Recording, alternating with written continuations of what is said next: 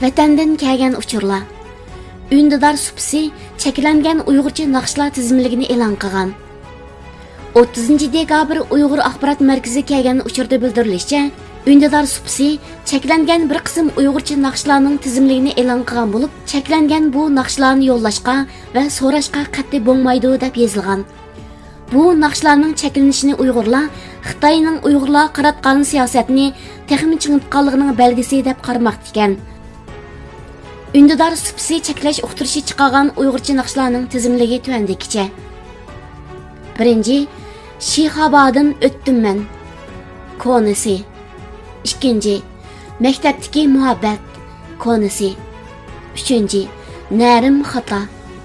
4. Lola naqshisi. 5. Qiynama qizchaq. Konisi. 6. Guli Rana. Asli nusxasi. 7. Ko'k bo'ra. 8. Boshliq keladi. 9. Onangni xorlagan sanmu. 10. Baxtim sen. 11. Xayr xo'sh. 12. Gunoh bormi so'ygimda. 13. Pul kerak. 14. Tamaka bayon. 15. Bo'ldi qil. 16. Ayollar qalbi. 17. Tanladim. Gitar naqsha. 18. Dil azar. 19.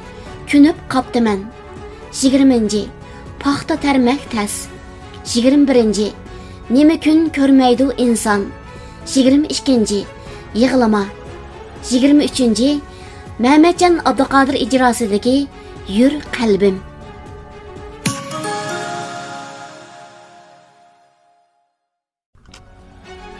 Uyg'urlar haqida xalqaro xabarlar. Mike Pompeo Xitoyning irqiy qirg'inchiligini tekshirish kerakligini o'tirib qo'ydi. Tashqi siyosat to'rining 23 dekabrdagi xabariga qaraganda, Amerika tashqi ishlar ministri Mike Pompeo Sharqiy Turkistonda irqiy qirg'inchilikning bor yo'qligini tekshirishga buyruq tushirgan. Shundaqla Amerikaning jinoiy ishlar adliya ishxonasining bosh elchisiga tekshirishni nazorat qilishni buyurgan. Hozirgi amaldorlarning va sobiq amaldorlarning so'ziga asoslanganda, bu qatimliq tekshirishda Davlat ishlari mahkamasining qonun maslahatchisi Mark String va Davlat ishlari mahkamasi ichki axborot idorasining boshlig'i, shundaqla bo'limning kishilik huquq va rayonlik idoralarining bu haqda tekshirishi bor ekan.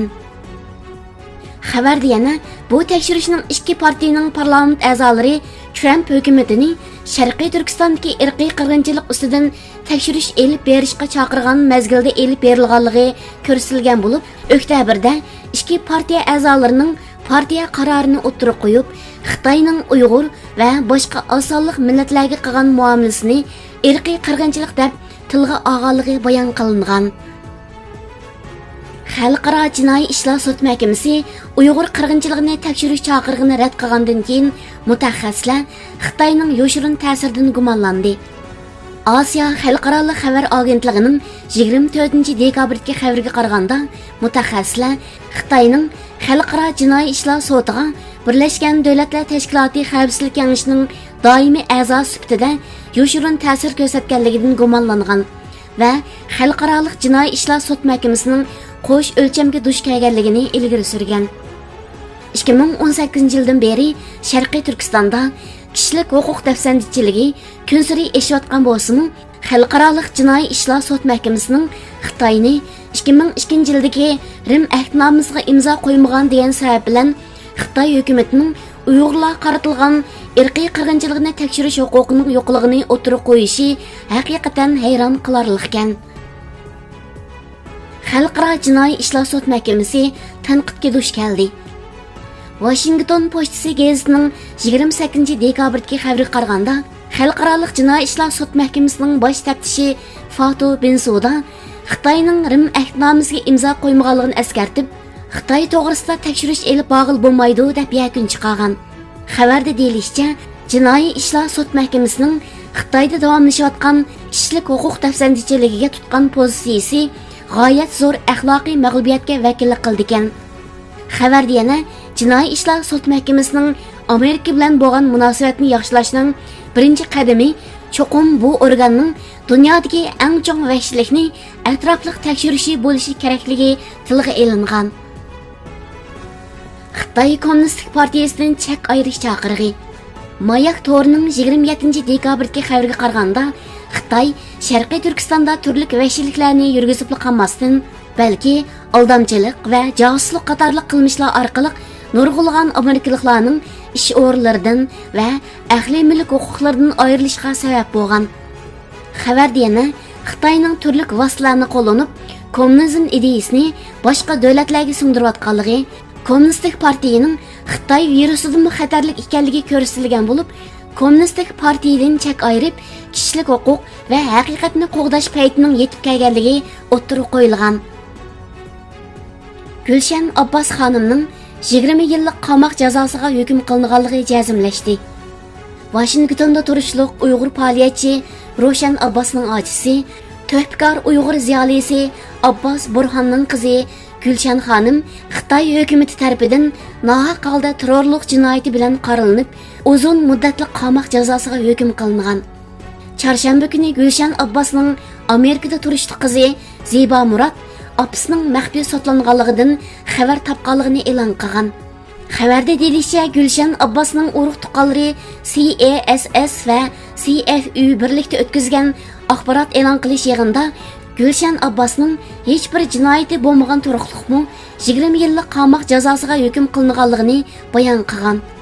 Ziba Muratning deyishicha, Gulshan Abbosning qo'lga ilinishi, tutib turilishi, sotilinishi va jazolanishi Xitoy hukumatining davlatning qonun bo'yicha idora qiladigan va kishilik huquqqa hurmat qiladigan davlat emasligini isbotlab berdi ekan.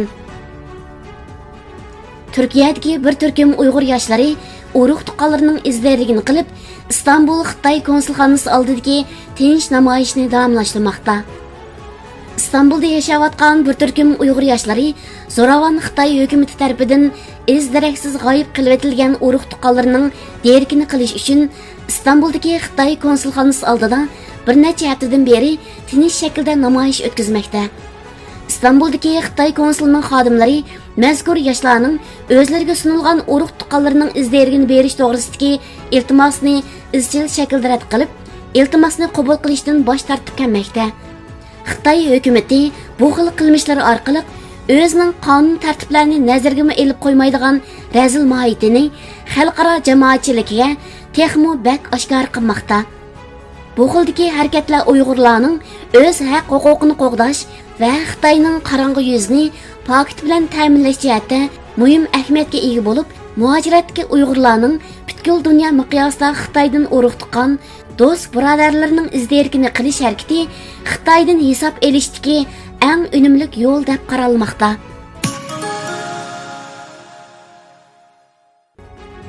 Cheklimsiz urush.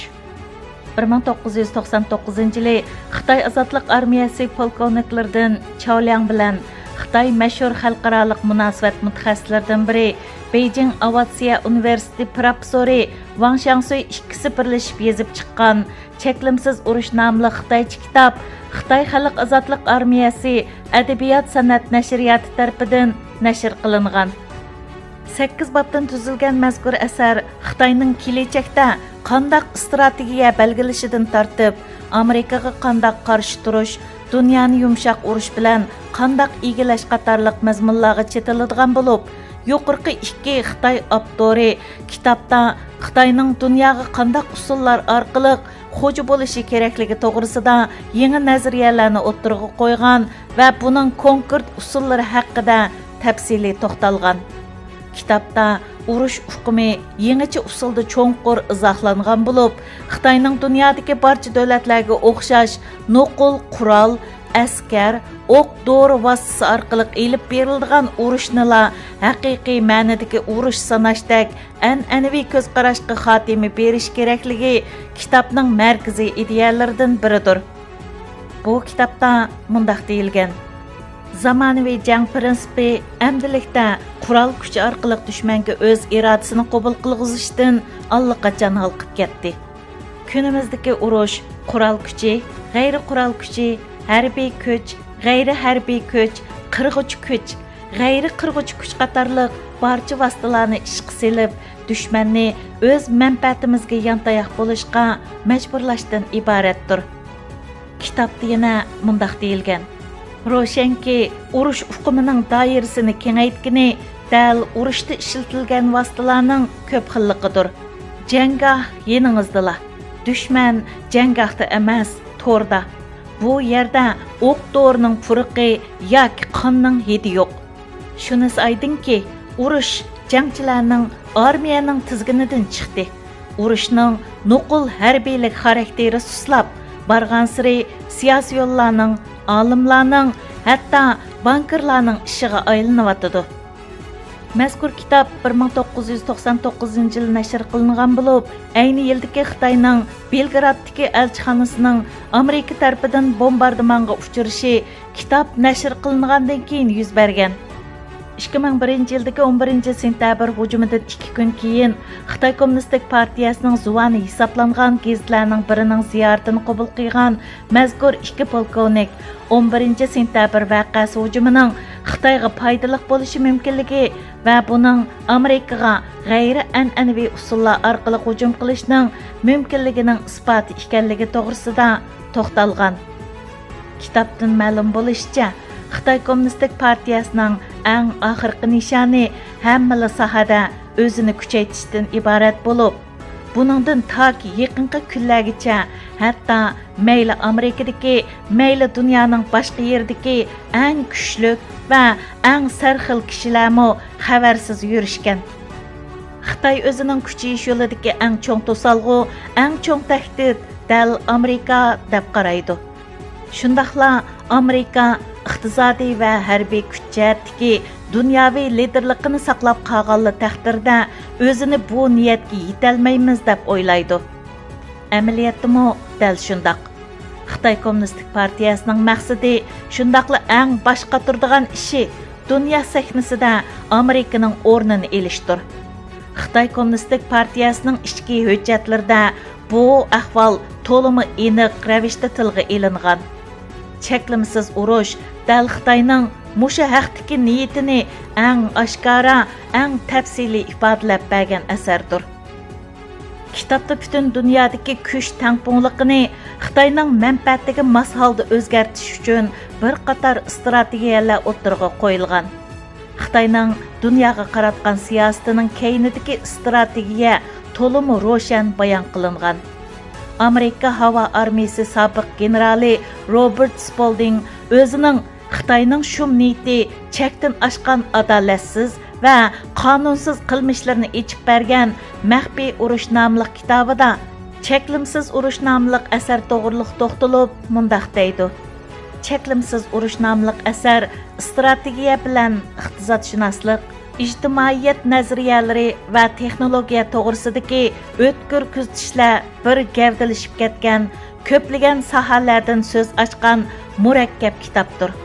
Bu kitob davrimizdagi urushga oid falsafaviy va strategiyalik uslubda yozilgan o'z sohasining eng esili deyishga bo'ladigan qimmatli kitobdir.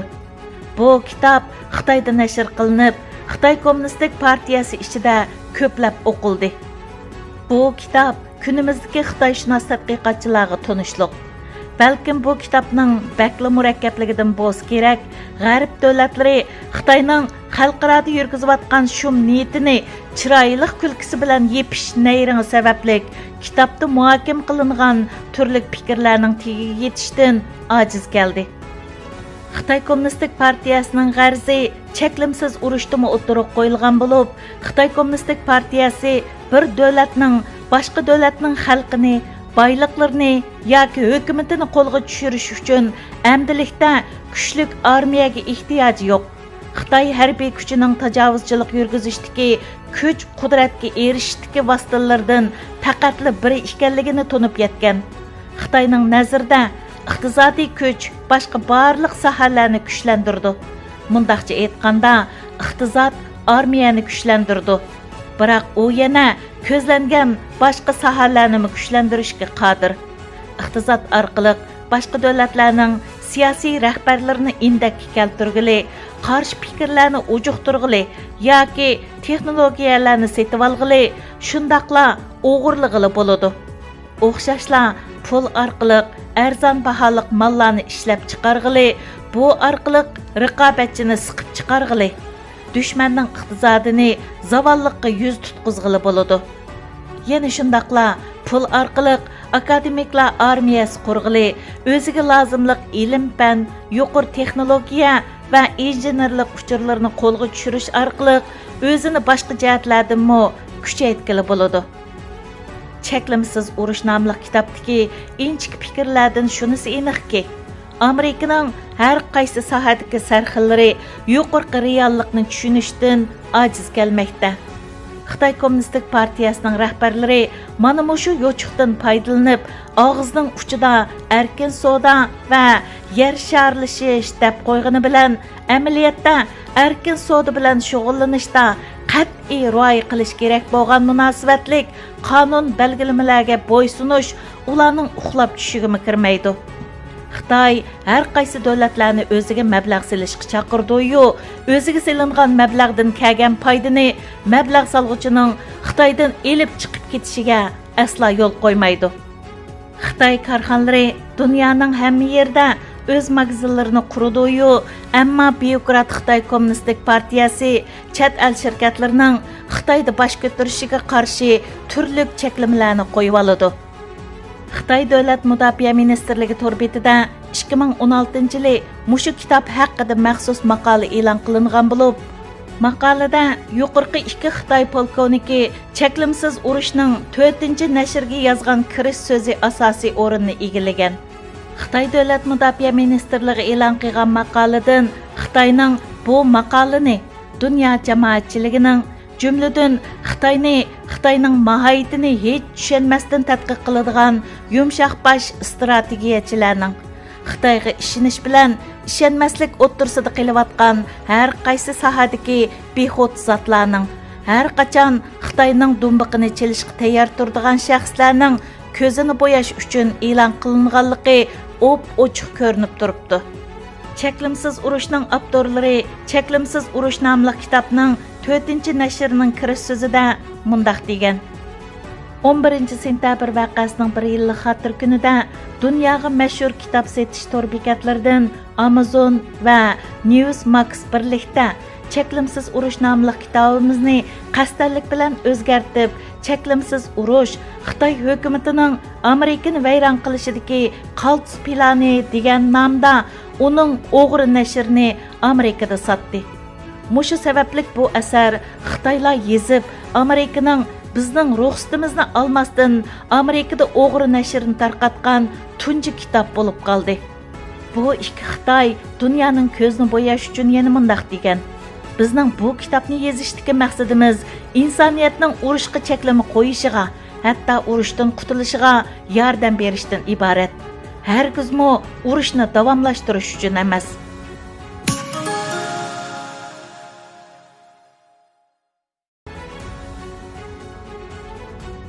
Biz o'z xotirimizga ishona olamiz. Bizning o'z ko'zim bilan ko'rdim deb so'zlagan so'zimizning yoki guvohligimizning xato yoki yolg'on bo'lib qolish nisbati qanchalik? Yaqinda Germaniya ovozi kanali ishlagan bir hujjatli filmda bayon qilinishicha, Amerika va Kanadada DNA tekshirishiga asosan qonun organlarining burun chiqargan hukmining xato bo'lib qolganligi ma'lum bo'lgan 350 yil ichida 70% guvohchining xato guvohlik berganligi o'tirg'i chiqqandan keyin, shu 70% xato guvohlik beruvchi kishilar o'zlarining xatolashganligiga ishonilmay qolgan. Maxsus insonlarning xotirasi va as saqlash qobiliyatini tadqiq qiladigan mutaxassislarning 20 yillik tadqiqot natijasiga asoslanganda, naq maydon guvohchilarining guvohliklarining ishonchlik darajasi aslida insonlar o'ylagandan ko'p to'van bo'lib, qonun sistemasida DNA tekshirish yo'li qo'yilgandan keyin bu nuqta barbara isbotlanishga boshlagan. Mutaxassislar mundaq bir tadqiqot olib borgan. Ayrdurumda bir odam o'zining chamadoni bilan boshqa bir odamning chamadonini almashtirib olgan bir ko'rinish tasvirlangan 90 sekundlik bir sinf filmini sinab qatnashmoqchi bo'lgan odamlarga ko'rsatgan. Undan keyin sinab qatnashuvchidan chamadonni almashtirib olgan shu odamning chiroyini tasvirlab berish talab qilingan. Ondan sinab qatnashuvchidan gumonliq 6 odamning rasmi ichidan Ayrdurumda chamadon almashtirib olgan shu odamning rasmini to'nishni talab qilgan. Natijada garchi chamadon almashtirib olgan odamning rasmi shu 6 odamning rasmi ichida bo'lmasa-mu, biroq sinab qatnashuvchilarning hammasi xato odamni chamadon almashtirib olgan odam deb guvohlik bergan. Mutaxassislar yana mundaq bir tajriba ishlagan. 11-sentabr voqeasi yuz bergan kunning ertasi 3000 odamdan 11-sentabr voqeasi yuz berganda siz kim bilan birga, nada va nima ish qilyotdingiz degan savollarni so'ragan va ularning javobining hammasini tafsiliy xotirlab olgan. Ondan 1 yil, 3 yil, 10 yil o'tgandan keyin shu 3000 odamdan o'xshash savollarni so'ragan. Natijada kam deganda 50% odamning javobi har qatimda farqli bo'lgan. Undaqda insonlarning ma'lum ishqi bo'lgan xotirasi qanday shakllanadi? Mutaxassislarning qarashicha insonlarning xotirasi inson ko'rgan ma'lum voqealikdan emas, balki o'zi ko'rgan u voqealiklarni qayta-qayta tasvirlash orqali paydo bo'ladi ekan. Mundaqcha aytganda, inson ma'lum voqealikni ko'rgandan keyin u voqealikka nisbatan eng oxirida xotir bo'lib esida qoladigini, u voqealikning aslisi va yoki u voqealikka bo'lgan tunji qatimliq tasvirlashdan emas, balki kollasida eng ko'p takrorlangan aslimadan shakllanadi ekan. Ya'ni insonlarning ma'lum voqealikka bo'lgan tasvirlashida dastlabki mezgilda eng ko'p o'zgarish bo'ladi ekan. İnsanlarning voqealikning tafsilotining bir qismini unutib, uning o'rniga o'zlari to'g'ri deb qaragan tasvirlashlarni to'liqlab, qayta-qayta takrorlagandan keyin turaqliq bir tasvirlash shakllanadi ekan. Ondan u mangulik xotira bo'lib saqlanib qoladi ekan. İnsanning turaqliq xotirasi shakllanish jarayonida shundoq bir bo'shliq bo'lg'achqa, insonlar maqsadsiz holda xotirasidagi bu bo'shliqni to'shqizadi ekan. Shu sababdan insonlar xotirasida xatolik paydo bo'ladi ekan. İnsanlarning xotirasida memory illusion, ya'ni xiyoliy xotira deb ataladigan bir hodisa bo'lib, insonning ma'lum voqealigi bo'lgan xotirasi voqealikning o'zidan emas, balki u voqealikni qayta-qayta eslash orqali ondan shakllanadi ekan. Natijada ba'zi o'zgarishlar yuz berdi ekan. Ya'ni o'xshash bir voqealikni ma'lum vaqtdan keyin qayta-qayta eslaganda, keyingi qatimqisi oldin qatimqisidan ozroq farqlanib mangadi ekan. Har qatimliq aslimada ma'lum qismi qayta-qayta takrorlanadi ekan. Ba'zi qismi o'zgarib mangadi ekan. Vaqtning o'tishiga ergashib, o'zgarmay eng ko'p takrorlangan tasvirlar eng dastlabda mangulik xotir bo'lib shakllanadi ekan. O'zgarib turgan qismi qayta takrorlanib muqimlashgandan keyin ondan turaqliq xotiraga aylanadi ekan. Natijada insonlarning eng oxirgi turaqliq xotirasi garchi aslidagi voqealikdan cho'ng farqli bo'lsa-mu, biroq u qayta-qayta takrorlanishdan shakllangan turaqliq xotira bo'lg'achqa, insonlar uningga shak shubhasiz ishonadi ekan. İnsanlar 11-sentabrga o'xshash cho'ng voqealikni oson unutib qolmasa-mu, biroq insonlarning cho'ng voqealikka yondosh bo'lgan konkret ishlarga bo'lgan xotirasi vaqtning o'tishiga ergashib o'zgarib turdi ekan. İnsanlarning yashining va hayot tajribasining ortib berishiga ergashib, ularning o'ziga bo'lgan ishonchi ortib mangdi ekan. Biroq as xotirasining to'g'riliq darajasi tuvallab mangdi ekan. Ya'ni insonlarning ma'lum voqealik to'g'risidagi xotirasiga bo'lgan ishonchi qancha yuqori bo'lsa, ularning to'g'ri bo'lish ehtimolligi shuncha tuvan bo'ladi ekan. MIT'dagi tadqiqotchilar xotirani paydo qilg'ili bo'ladiganligini chashqanda va insonlarda elib borgan tajriba orqali isbotlab chiqqan. Tadqiqotchilar bir qafasga so'loqliq chashqonning putiga tok tepkizib, unida qo'rqish paydo qilgandan keyin u chashqonni boshqa bir qafasga yo'tkiganda, u chashqon u qafazni putiga tok tepkizgan qafas deb xato tunib qolgan va qafasga tegib ketishdan qo'rqqan. Tadqiqotchilar to'shqon qo'choq hikoyasini to'qib chiqib, Disney bog'chisiga borganlardan to'shqon qo'choq to'g'risida so'raganda, garchi Disney bog'chisida azaldan to'shqon qo'choq bo'lib boqmagan bo'lsa-mu, biroq kishilar to'shqon qo'choqning o'zlari bilan qo'l elishib ko'rishganligini, o'zlarining to'shqon qo'choqning quyrug'ini silganligini tasvirlab bergan.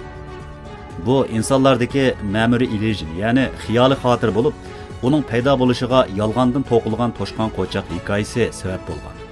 Bu hujjatli film insonlar tarixida echilmagan bir sirni va hayotimizda nihoyat muhim bo'lgan bir haqiqatni oldimizga tashlagan bo'lib, u bo'lsa-mu bizning to'g'ri deb bilgan xotiramizning xato bo'lib qolish ehtimolligining qanchalik cho'ng ekanligidir. Undaqda inson o'z xotirasiga qanchalik ishonish kerak? Ya'ni bizning xotiramiz har zaman ishonchlikmi? Meningcha bu garchi qabul qilishimiz tas bo'lgan bir ahvol bo'lsa-mu, biroq u bir haqiqat. Ya'ni ilmiy tajribalar orqali dalillangan haqiqat. Agar inson o'z xotirasidagi yetersizlikni farq etmasa va yoki uni tunib yetmasa, o'zi sezmagan holda nurg'un ko'ngilsizliklarga va noxshilikqa sabab bo'lib qolishi mumkin. O'zimizni qayta tunish va ishlarga hukm chiqarishimizda asli qolgan yoki xotiramizdagi bu nisbiylikni bilib olish bizni yuksak hushyorlikqa yetaklaydi.